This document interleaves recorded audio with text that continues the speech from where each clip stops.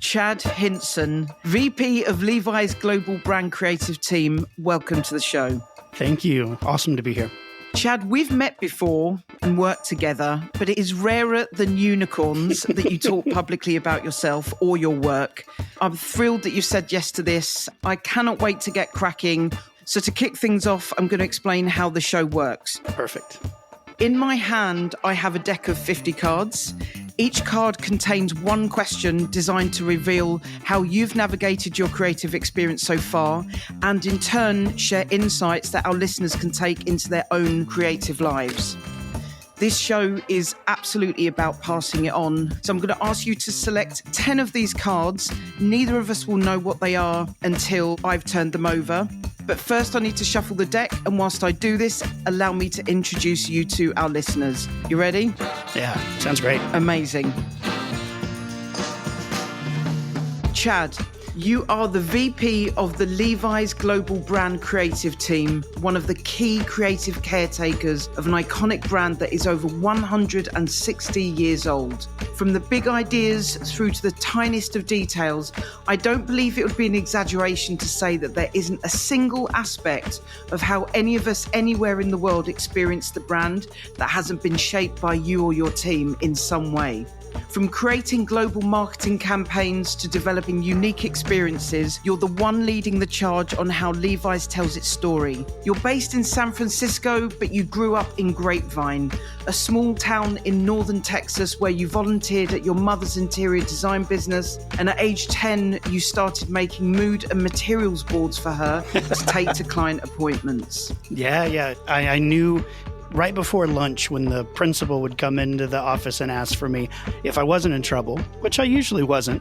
It was because my mom was there to pick me up to take me to an appointment for her clients. Amazing. What a start. And it was basically, it was through this experience that you discovered the thing that would go on to fuel your creative energy to this very day, that magic and freedom of being able to create something out of nothing. In your words, a 3-yard piece of muslin fabric equals endless possibility. And all of this before you were legally able to drive.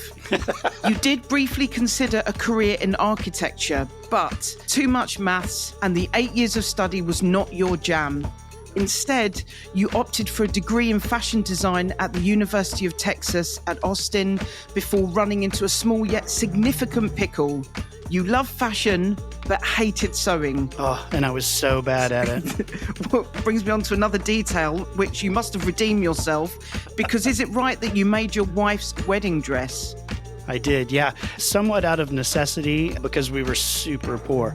But also, she couldn't find a dress that she liked. So she described the type of dress she wanted, and I went and found old and archival patterns and just sketched and put it all together.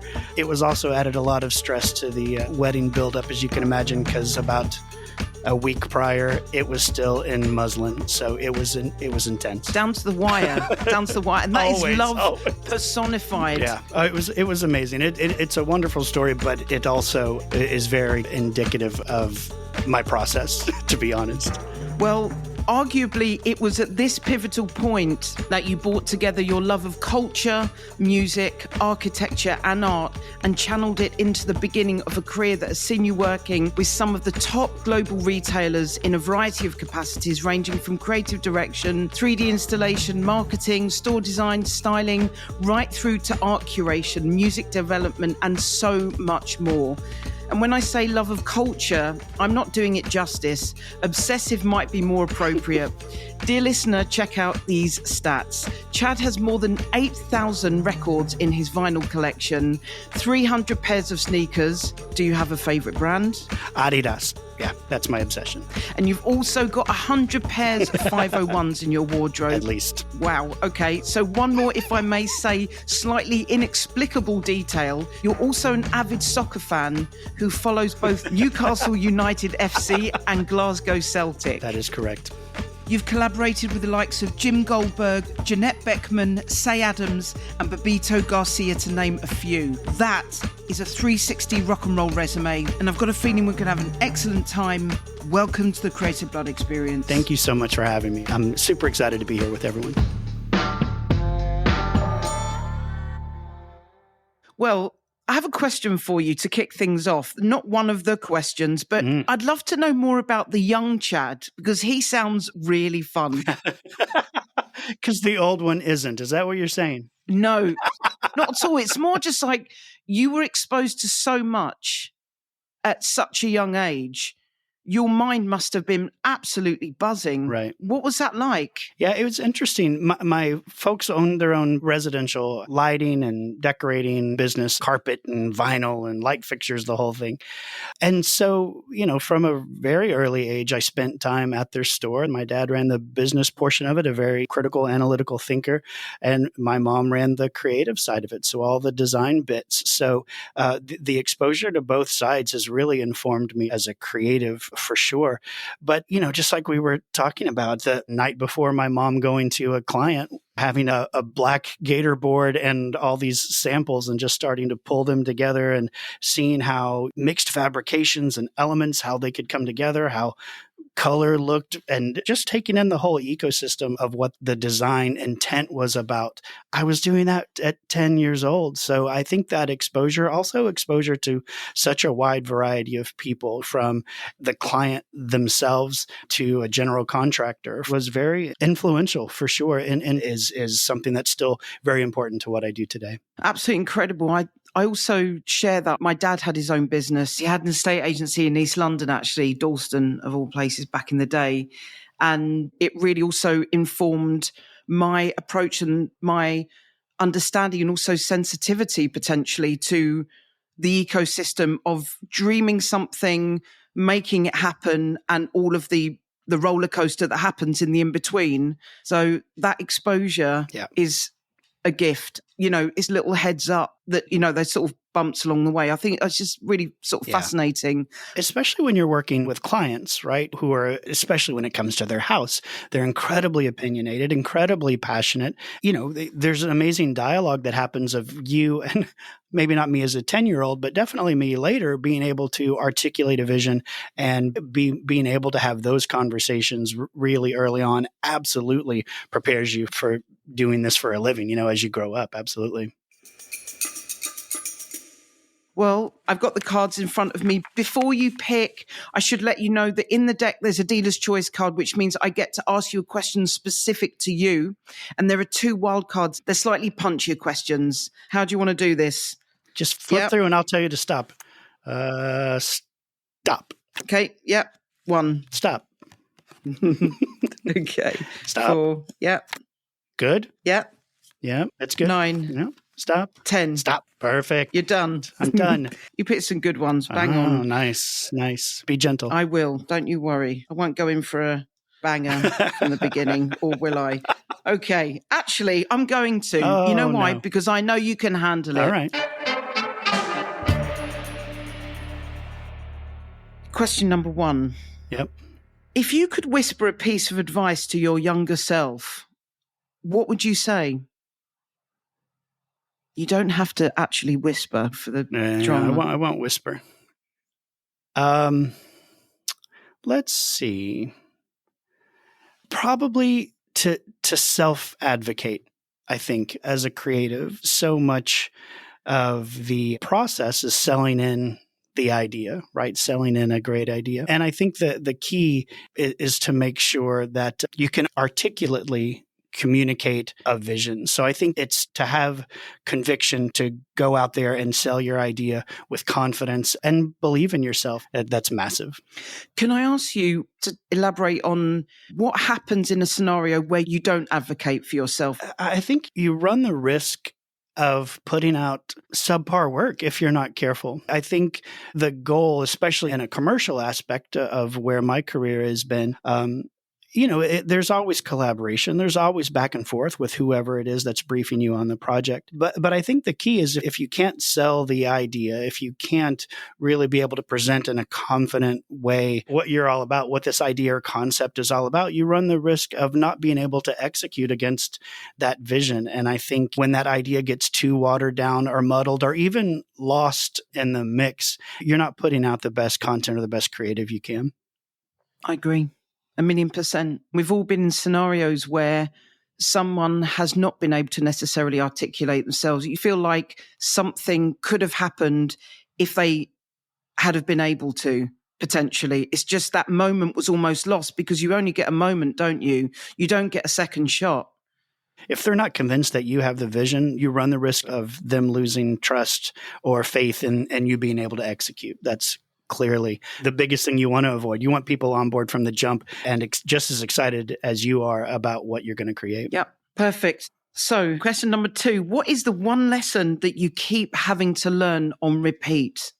I'd say this is kind of a build on what we were just talking about. But I think as a creative, we are always in sell-in mode. And, it's not the funnest part by any means of what we do.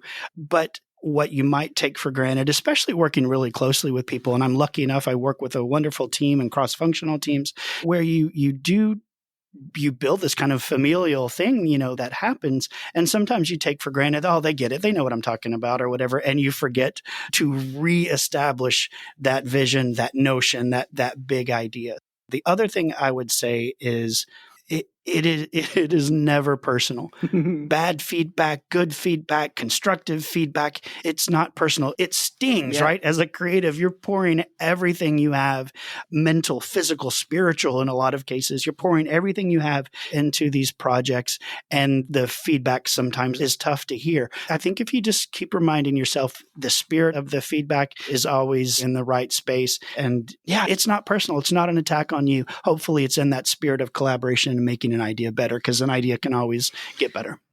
It's so not personal, but it always feels it every time from the heart. It does. Yeah. It does. Okay. Question number 3.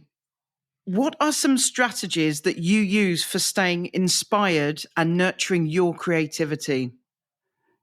I would say, but probably surrounding yourself with creative people, right? Making sure you've got folks around you, not only who are helping you innovate and things like that, but are also there to be critical and honest with you, right? Because you want that feedback and you want to be able to challenge yourself. So I think that's a big part of it, is just making sure you're, really challenging your ideas.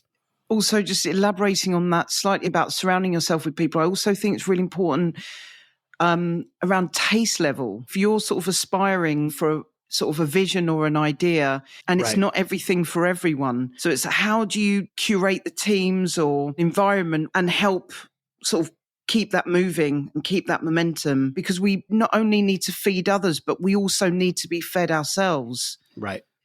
Yeah. I say this and I mean it totally sincerely. I think great ideas come from everywhere. Right. So I think the diversity is critical. But I think keeping that group tight, first of all, because you've seen, I'm sure, big creative meetings that go way off track because we're all like, ooh, something shiny. So I think it's keeping it tight. But absolutely, I think being open to ideas coming from everywhere and inspiration coming from everywhere absolutely is critical. Sort of outside the work environment, is there something that's important to you to do in order to be able to still dream? Yeah, for sure.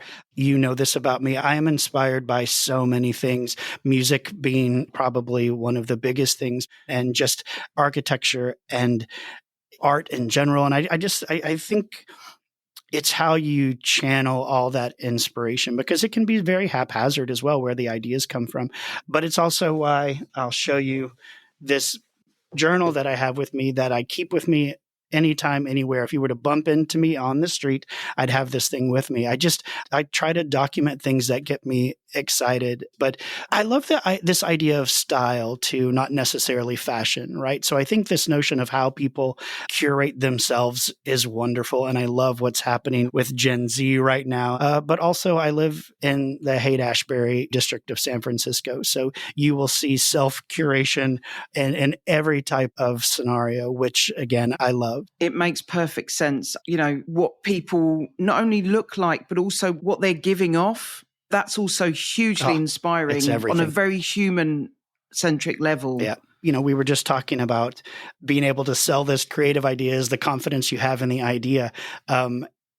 that's the same way with pouring your heart out when you make a song or a piece of art on canvas or whatever that might look like. And the same thing, putting this amazing look together or outfit together or whatever. It's that confidence is how people pull things off. It might be ridiculous, but the fact that they're wearing it with the best attitude and in the world, you buy into it. You're like, I'm down. I like it. It works. Gotta love self-expression. I'm all for it. Each their own.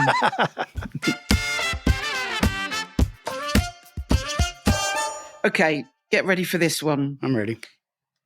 You're working with an icon in their field and a personal hero, but they're giving you only 20% of what you know they're capable of. How would you approach getting them to give you 100? Or let's call it 150%. Yeah.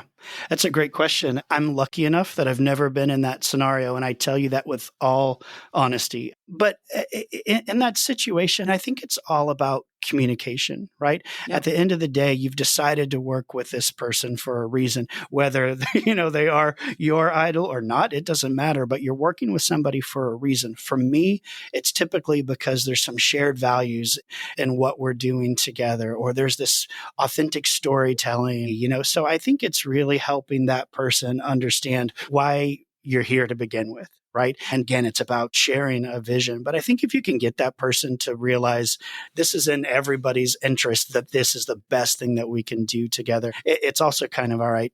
Put myself in their shoes. I don't know what they did last night. I don't know what they're going through right now. So how do you empathize a bit with who you're working with, who you're talking to, and bring out the best in everyone? And I mean, you've been with me on set, Laura. That's literally, I hope if nothing else, I'm the vibe check on set, because that's so important to me. Not only that people are enjoying themselves, but that it's fun, that what we do should be fun. That doesn't mean it comes without stress, but that time when you're on set, that's when the magic should be happening. And I think being able to create that mood is everything. So I think, just communication and really talking to people and trying to bring out the best in them. I can 1,000,000% confirm that you exude that energy. Genuinely, it's a rare human that can do that consistently. I think the biggest compliment is people have done their bit. They're on set for 2 hours and we're finished with their part of it. And 4 hours later, they're still hanging on set, walking around. They're going, no, I want to be with you guys. I love that. Yeah, I love that. Totally. Obviously, we're not talking about the crew. It's making me smile because I'm thinking, wow, I want to be on that shoot. Fair. Fair. So question number 5, Yep. Do you have any rituals or superstitions associated with your work or creative practice? Come on. I'm going to say honestly that I don't, right? I don't. But I think... Not like lucky socks or lucky pants or something. No, but let me say something. And again, it'll be 100% informed by being from Texas. I eat like a toddler. Okay. I need comfort food when I'm on set. So always, I think you suffered through this with me, producers that I work with or whatever, they're like, what is it, Chad? Is it chicken? Is it a roast beef sandwich? And I hate being high maintenance. And I'd say that's probably the one place where I'm high maintenance. So I don't know if that's a ritual, but it is literally something I need when I'm on set. And it's embarrassing. If that's what you need to do what you do, my God, it's not like, green M&Ms or anything. Oh, that will not be me. So that brings me nicely, I think, onto this next card that you've picked, which is a quick fire round. Oh, no. Yes. So if you wouldn't mind, please can I ask you to finish these sentences in as few words as possible? Sure. My process is... Collaborative. When I'm stuck, I... Simplify. A project is done when? Never. Perfect. The one thing I'll never make is... Anything inauthentic. It's perfect. It's perfect. all of those need about 30 more minutes talking about, but that's my quick fire. I love the punchiness of the questions, but also the answers, because it really forces us to just say it how it is, Yeah. That idea of simplification when you're stuck, though, has been something that was a really good learning for me probably midway through my career. Mainly because if you're stuck, it's probably because you're overthinking it. So it's getting back to the root of what you're trying to solve, what you're trying to create, and really picking out all the stuff that's complicating it and simplifying, going back usually to that original idea. Yeah. I think it's a very underrated Yeah. simplifying thing. It's also when is a project done? Never, because as creatives, we will overwork it to death, and early on is probably the best part of what you've made, what you've created. At least it's the most honest part, right? And I think that's usually what you're trying to solve for. Absolutely. Absolutely. Well, next question, Nice. Question number 7. You're bashing through these. Who or what is your sounding board and why? Yeah, I would have to say it's my team. And making sure you're surrounding yourself with people who will be honest with you is critical. You need those people that are just super honest with you. And you'll hear musicians talk about it all the time. They'll play a song for somebody and they're like, that's amazing. And they're like, no, it's crap. I know it is. I'm just trying to build on it and make it better. And I think that's the same. The sounding board has to be, of course, friends and family and personal life. But I think in the creative space and in my career, it's definitely having brilliant people around you. Amazing. So my next question is, what are you like to work with? You know what? I would say collaborative, but decisive. And that's always been an interesting dynamic in my career. And depending on where you work, you take a lot of these aptitude tests, and this is the type of person you are, and this is the type of thinker you are, and all this type of stuff. And throughout my career, and again, we talked a little bit about my mom and dad, I've always been this really interesting balance between an analytical, critical thinker and a creative. And it's actually served me quite well, being willing to work with anyone and everyone to make something great. But also there's a moment where you got to be like, let's move forward. Let's do this, because again, as creatives, we can live in this ideation space for a really long time, but you've got to execute. You've got to get things out into the world. So I think hopefully it's that balance of super collaborative, but when it's time to go, it's time to go. Say no more. I think it's such a gift when you can bring that together to have vision, but also then take people on a journey and be able to, very much lead the charge. Yeah. And you and I have talked about this before. It is such a beautiful blessing, right? To be able to sit with a bunch of creative folks and dream and ideate. And you should be building that. Even folks that aren't in creative fields, you should be building that time into your life, right? Because if nothing else, it's recharging. But I think if you can't articulate it or execute it, it's kind of all for naught. I am not a fine artist. What I do is creative and I think very artful, but it's not fine art. Do you know what I mean? It's for the purpose of telling these great stories and inspiring people to fall in love with whatever brand it might be. Do you know what I mean? So I think that is that key of having that creative perspective and being able to articulate it into a commercial vision as well. Well, there's another gift you had for me. You picked a dealer's choice. I didn't pick that. You're cheating because you're in London and I'm in San Francisco. Listen, this is perfectly above board here. Right. I was hoping, but I wasn't sure if I'd have the opportunity. So here's your dealer's choice. Remember, it's something that is very specific to you. Yep. So I noticed on LinkedIn in a testimonial from somebody that you'd worked with said that they were struck by the way that you championed smart risks. And I adore that. And it speaks to me beyond words. And I think it's very, very poignant and relevant for the moment that we're in relation to creativity. So I wanted to ask you, what is your creative relationship with risk? And what do you mean by smart risk? Yeah. And also, what's a dumb risk? You can start with the smart risk. Start with that one first. I think we've talked before about what makes a good idea or when do you know something works or whatever. And a big part of that for me is, does it make me the tiniest bit uncomfortable? Or is it something that I've never seen before, but it still makes sense with the story I might be trying to tell or the project that I'm working on. I've been lucky that every place that I've worked before has trusted me and empowered me to deliver the look and feel of a brand. What an amazing gift by anyone. And I'll say Levi's is is an incredibly creative, nurturing brand, which is amazing. And I think it's shown throughout our history, right? But I think the trust from the brand to take risks and to be willing to go out on a limb a little bit to do something is everything. And I think a smart risk is, at the end of the day, we're representing this brand. So a smart risk is making sure no matter what happens, it's all in celebration and testament to the longevity and the evolution of the brand. So I think a smart risk is one where, yeah, you might have that little thing in your stomach that's, can we do this? Can we get away with this? And you do it and you push through it. And 90% of the time, if not more, it ends up being something really special.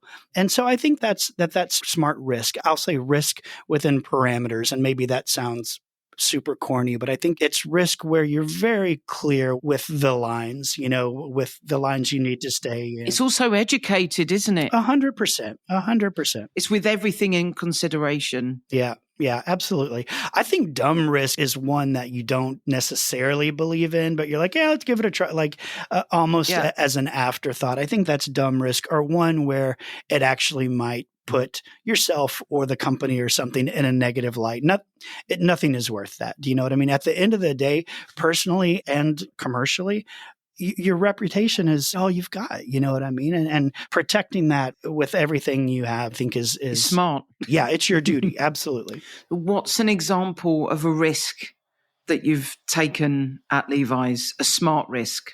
Not necessarily my call, but a big risk that we did as a company, which was this Buy Better, Wear Longer campaign, which was all about sustainability and all that stuff. That was a big risk. We opened ourselves up for the first time in a big way for people to poke holes in the idea. Do you know what I mean? That was a massive risk that I think paid off from the standpoint of awareness. Yeah. Okay. Here is our 10th and final question. All right. It's sort of a biggie, and I wanted to end with it when I saw it as one of the 10, because I think it's really interesting. What do you see as the biggest challenge facing the industry in the next 5 to 10 years, and how do you plan to address it? You and your team. Yeah. So it's not necessarily, it's not all on you. That feels too big. Yeah, it's crazy because you've heard, whether it be conversations about AI or conversations about there's so much innovation and technology that's unveiling itself to the creative world, apparel, fashion, retail in particular. So I think that's something that's massive right now. I think the immediate thing that we're talking about and that we're faced with is we're now in a cycle of constant content creation. Do you know what I mean? Whether it be through social or e-commerce or television or just out in the world, people are constantly bombarded with messaging. And I think that this idea of always being on your phone, always on and everything, that's relatively new. And I think for me, this idea of how do you do that while still making something that's worthwhile, right? My worst nightmare is digital trash. You know what I mean? You talk about recycling and too much plastic in the world. I happen to think we're on the verge of too much content out in the world. And I think the challenge is going to be how to continue to create content, but valuable, worthwhile content. How do you keep putting good content out into the world that's additive, right? That's making things better, that's contributing to society in some way, whether it's authentic storytelling that you're doing, how you create the work. It's so important. And that's just a challenge as content continues to grow and grow. I agree with you. I really feel that things were accelerated during COVID. Absolutely. I feel like there was a lot more opportunity to watch, listen, and digest things. But now it's like a tsunami literally, how do we decide what direction we're giving our attention to? And potentially, I was wondering if it was around purpose, is it about values? How do you actually decide what you're going to take in and what you're going to put to the side? Because people have to prioritize their time, and they want to be fed, but they want to be fed with things that genuinely connect with them. Right. Because they've been so oversaturated. Yeah.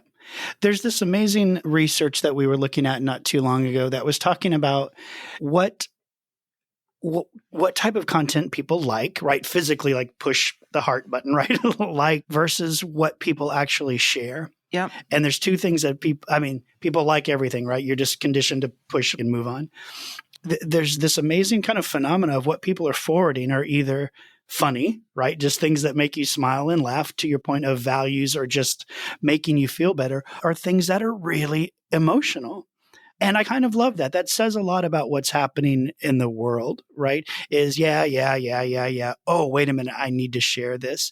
And that duality, I think, is very telling of what's happening, but also I think what's happening with the human condition, right? People want to be there's so many reasons to be discouraged and depressed, and people want to be lit up. They want to be fulfilled and inspired. And I think you see a lot of that there.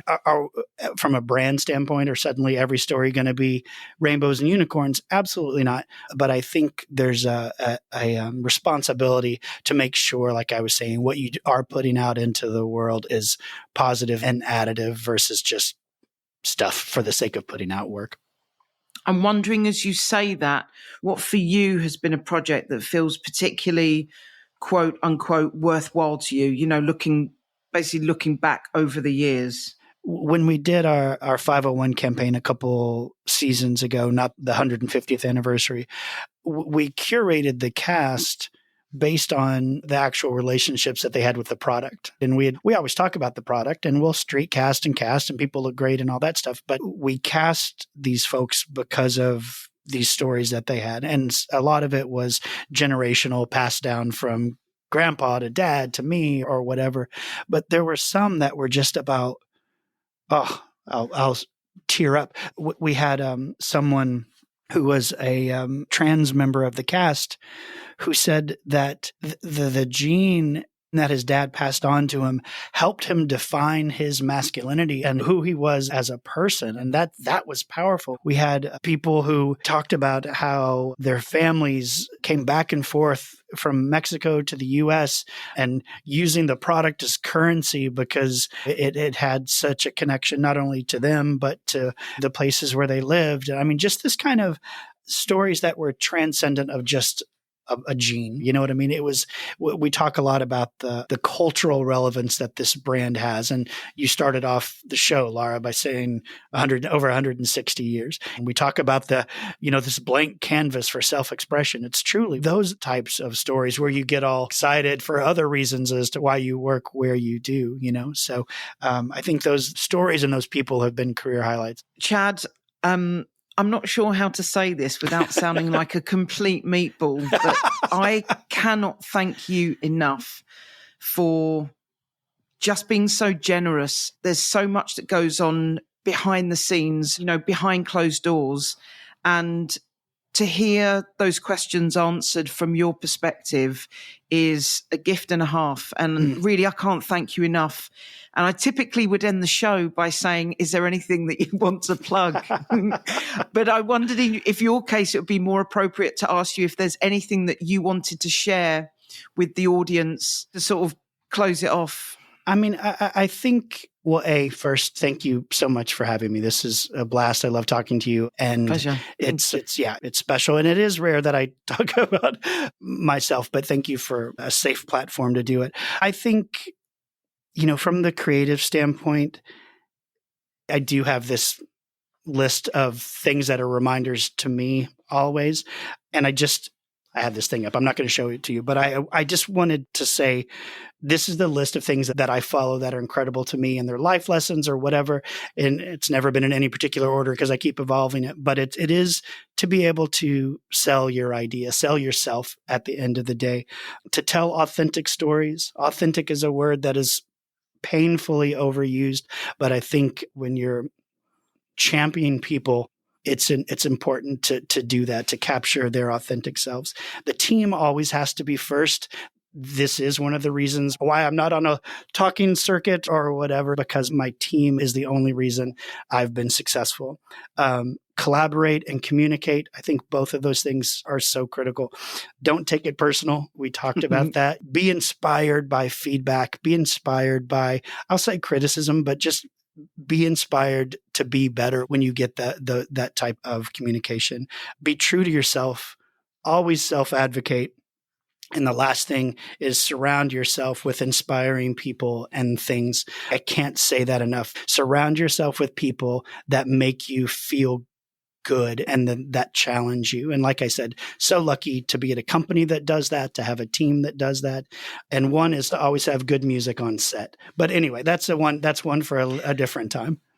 Bust out the playlist, always. An excellent playlist. There's nothing like it. Amazing, Exactly. amazing. Yeah. Thank you so much. Honestly, can't thank you enough, and can't wait for everybody to hear this, really. Yeah, thank you. Appreciate it.